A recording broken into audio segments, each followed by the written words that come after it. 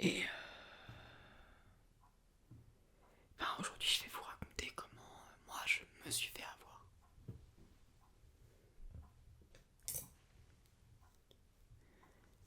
Alors, on va remettre un peu dans le contexte. Comme je l'ai déjà dit plusieurs fois déjà sur cette chaîne, j'ai mis un bout de temps avant d'avoir les réseaux sociaux. Alors ça a du positif, comme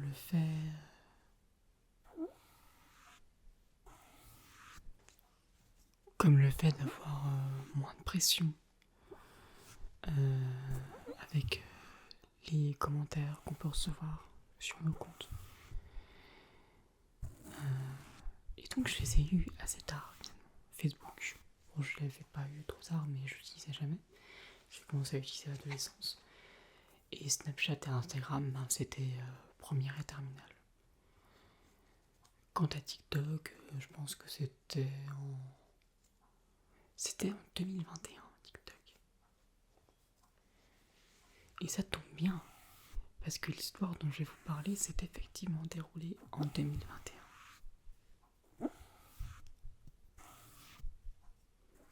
Alors, il faut remettre les choses dans leur contexte.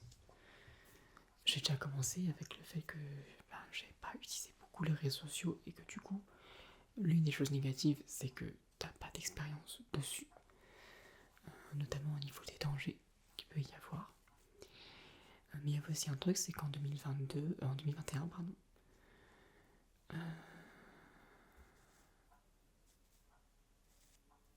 je suis en train de réfléchir, c'était en 2020 ou en 2021, non c'était en 2021.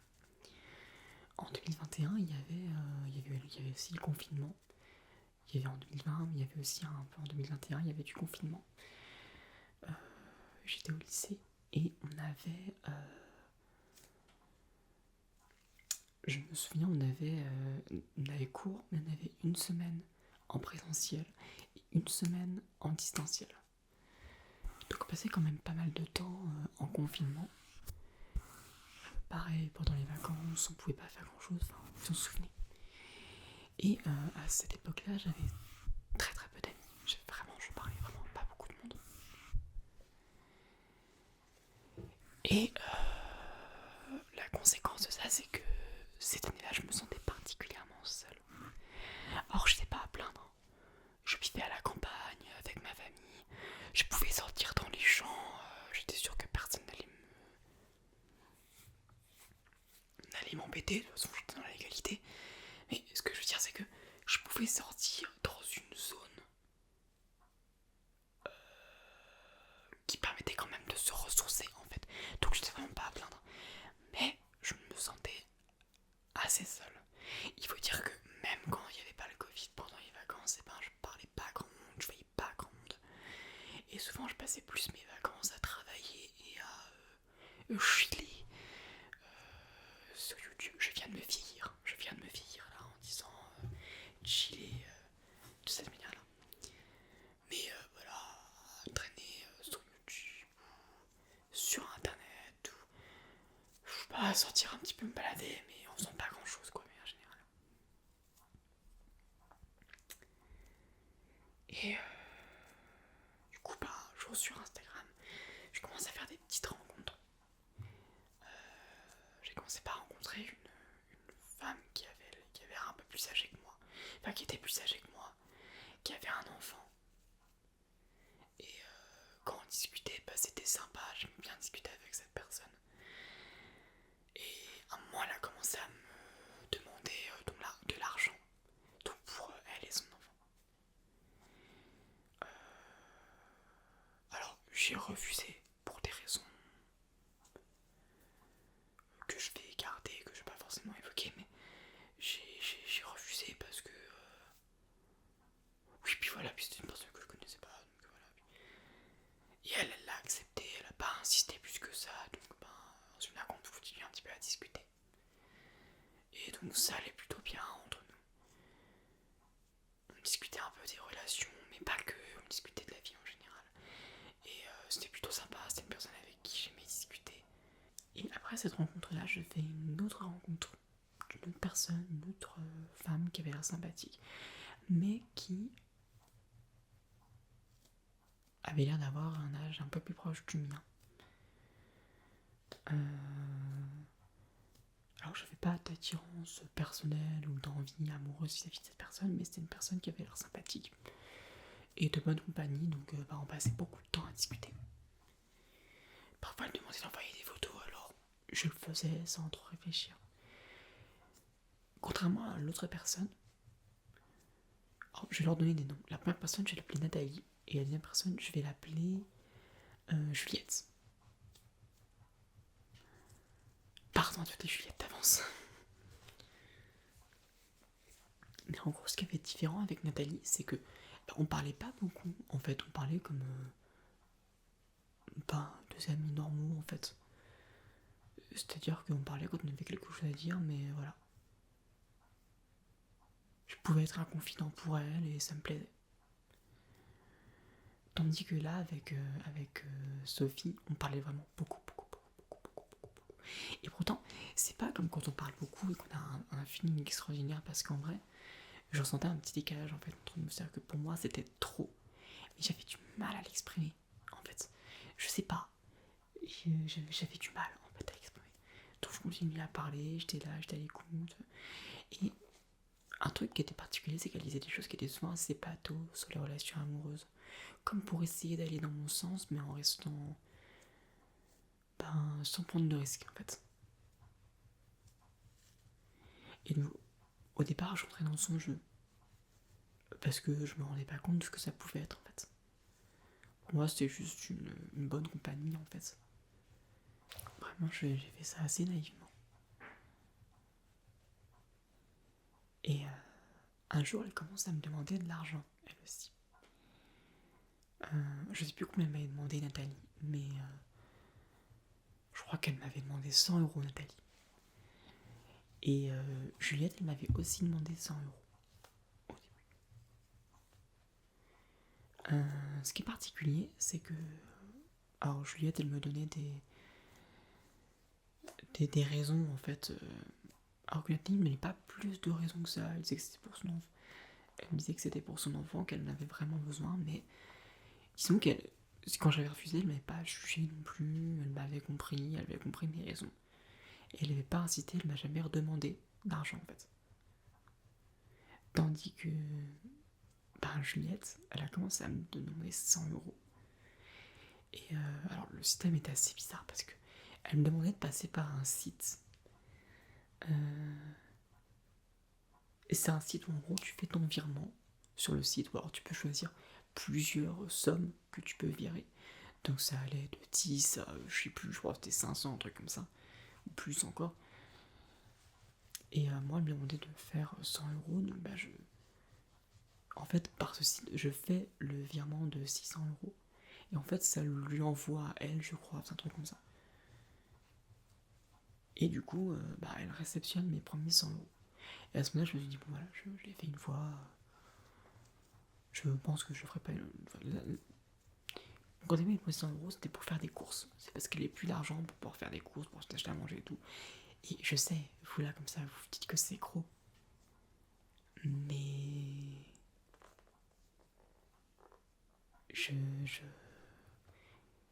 Disons que j'avais confiance en fait, à ce moment-là. Et que, c'était aussi une personne qui permettait de nous sentir moins seuls.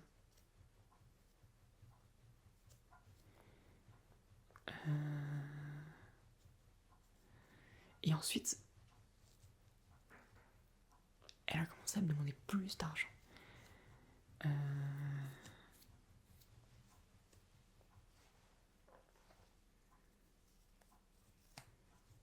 Elle m'a ensuite redemandé 100 euros. Je sais plus pourquoi cette fois-ci, encore une sorte de course ou un truc dans le genre. Mais elle m'a redemandé 100 euros. Alors comme d'hab, à ce moment-là, je crois que j'étais en train de faire le linge et tout, donc je me dis ok. En fait, j'étais aussi dans une forme de culpabilité. Elle avait l'air de vivre un truc qui était vachement pire que moi. Et donc du coup, c'est comme si je me devais de l'aider. Et donc moi je l'ai pris comme ça, et du coup bah, je l'avais aidé aussi pour pas avoir de remords. Et donc je lui ai redonné 100 € par le même système. Et ensuite, elle me dit qu'elle avait un... Donc quelques jours plus tard, à chaque fois c'est passé de genre de quelques jours, genre 2-3 jours.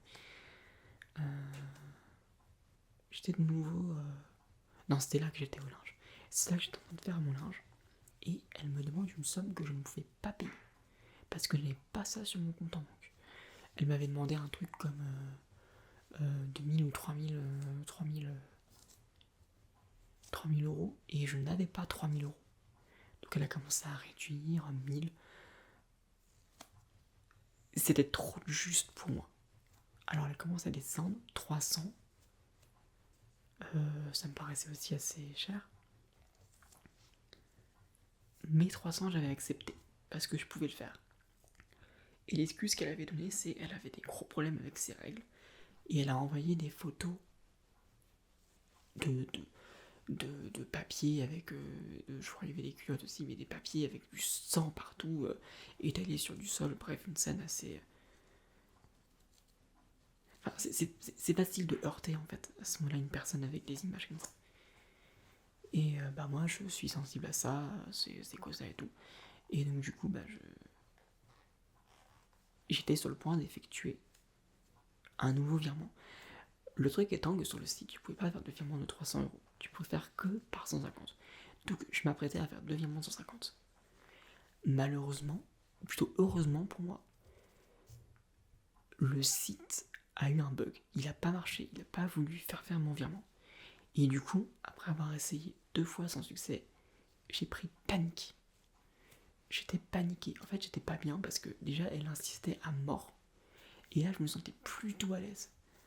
La personne avec qui je me sentais pas non plus complètement à l'aise, mais quand même un peu à l'aise, mais quand même suffisamment pour que ça me fasse un peu de bien. Et ben là, je me sentais oppressé, je me sentais complètement paniqué. J'étais face à une personne qui insistait. Et moi, à ce moment-là, quand j'avais vu que j'arrivais pas, j'ai dit stop. Je lui avais dit, écoute, ça marche pas. Moi, j'arrête là. Au niveau des paiements, j'ai dit, je veux bien continuer à parler, mais au niveau des paiements, j'arrête là. Et du coup, j'en ai parlé aussi ensuite à mes parents qui m'ont grondé.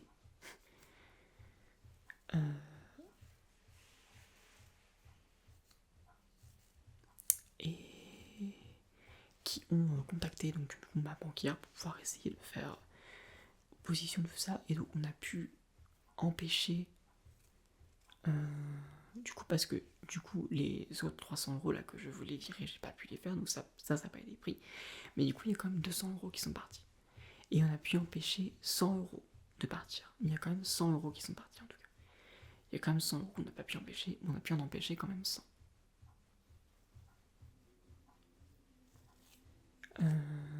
Ce qui s'est passé en Suisse, c'était le... Là on était dans le pire moment de l'histoire, c'est que vraiment la personne, et là j'ai pu l'appeler Juliette, parce que pour moi c'était clairement un mec. C'était clairement... J'avais compris, mes parents m'avaient fait comprendre. J'avais compris, mes parents m'avaient fait comprendre. Cette personne, pour moi c'était clairement quelqu'un qui se faisait passer pour une autre personne, et donc pour moi c'était un mec. Je sais pas pourquoi dans mon imaginaire je me disais que c'était un mec, mais pour moi ça l'était. Et cette personne a continué à me harceler pendant les heures qui ont suivi. C'est-à-dire qu'elle a continué à insister, m'envoyant des messages toutes les, je mens pas, toutes les, 2-3 minutes, parfois même toutes les minutes. Je recevais une vague de messages, une vague de notifications Insta. J'étais inondée, je n'en pouvais plus.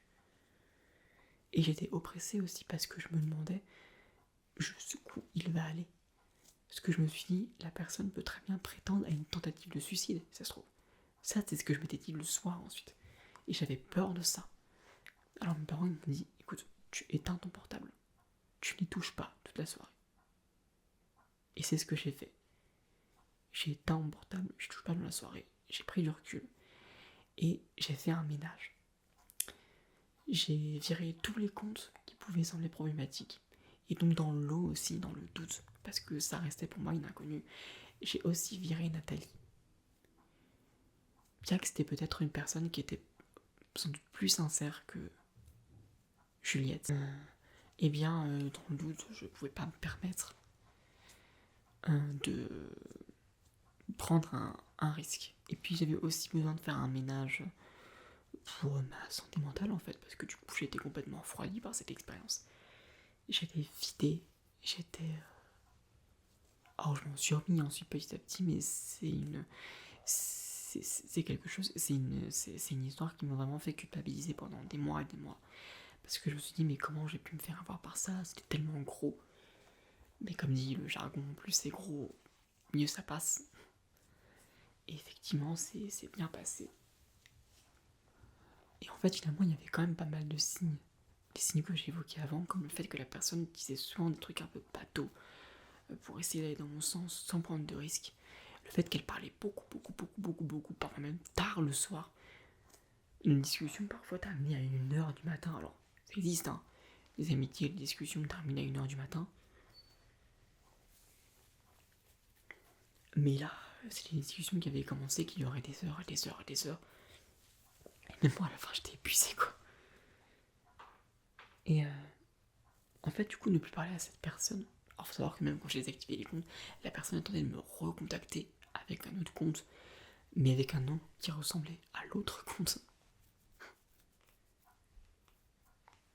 Du coup, bah, c'était crié.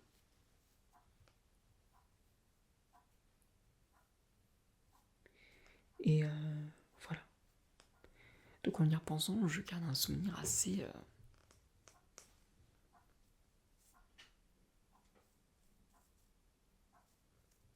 difficile et douloureux de cette période. Donc voilà, après j'ai dû avancer avec ça. D'ailleurs, il y avait une coïncidence, c'était que ma mère, vers le moment où ça m'est arrivé, parce qu'elle m'a raconté ça ensuite quand on a discuté avec mes parents, ma mère, elle avait... je sais pas si c'était un documentaire ou c'était une formation qu'elle avait faite, mais où justement ça parlait de ça en fait. De ce genre d'arnaque, de personnes qui manipulent psychologiquement des gens, parce que c'est clairement de la manipulation psychologique, de l'abus de faiblesse, ainsi que du harcèlement. C'est tout ça, et ça sert à rien de porter plainte contre cette personne en fait. Parce que cette personne, tu la connais pas, tu sais pas où elle est, ça sert à rien. Donc c'est clairement tout ça à la fois. Et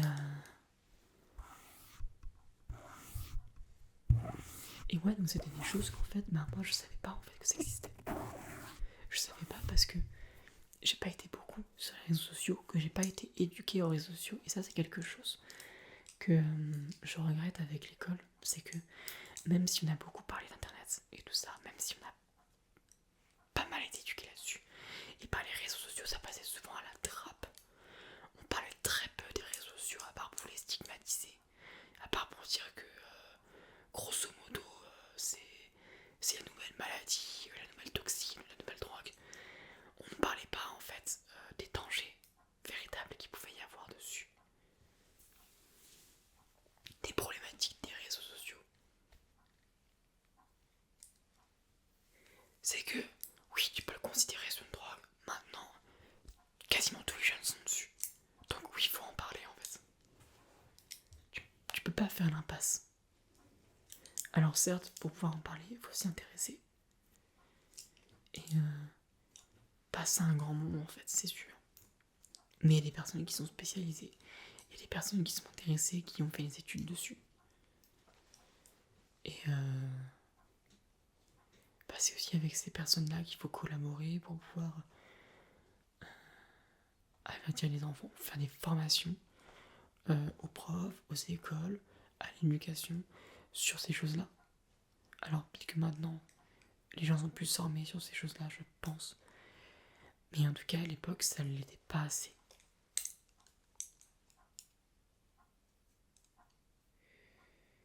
Mais voilà, la vie m'aura un peu vengé parce que m'aura fait un petit peu fait la paix, on va dire, un peu plus avec Internet. Parce que, si cette année-là, j'ai fait certainement la pire rencontre de ma vie sur Internet, j'ai ensuite, un an plus tard, fait la plus belle rencontre sur Internet de ma vie. Et donc j'en suis content. Cette personne se reconnaîtra, évidemment.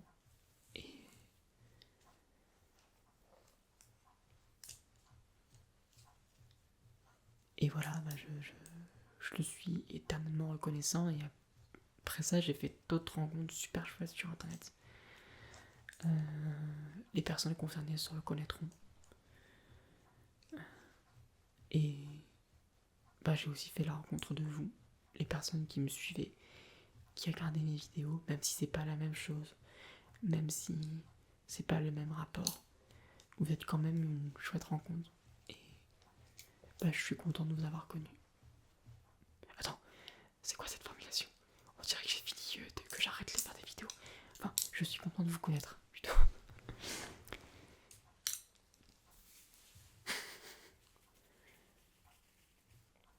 Voilà, j'espère que cette vidéo vous aura plu.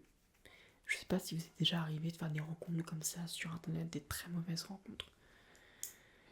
Mais voilà, j'espère que l'histoire était claire, que ça vous a plu. J'essaie de faire en chuchoter avec une voix un peu...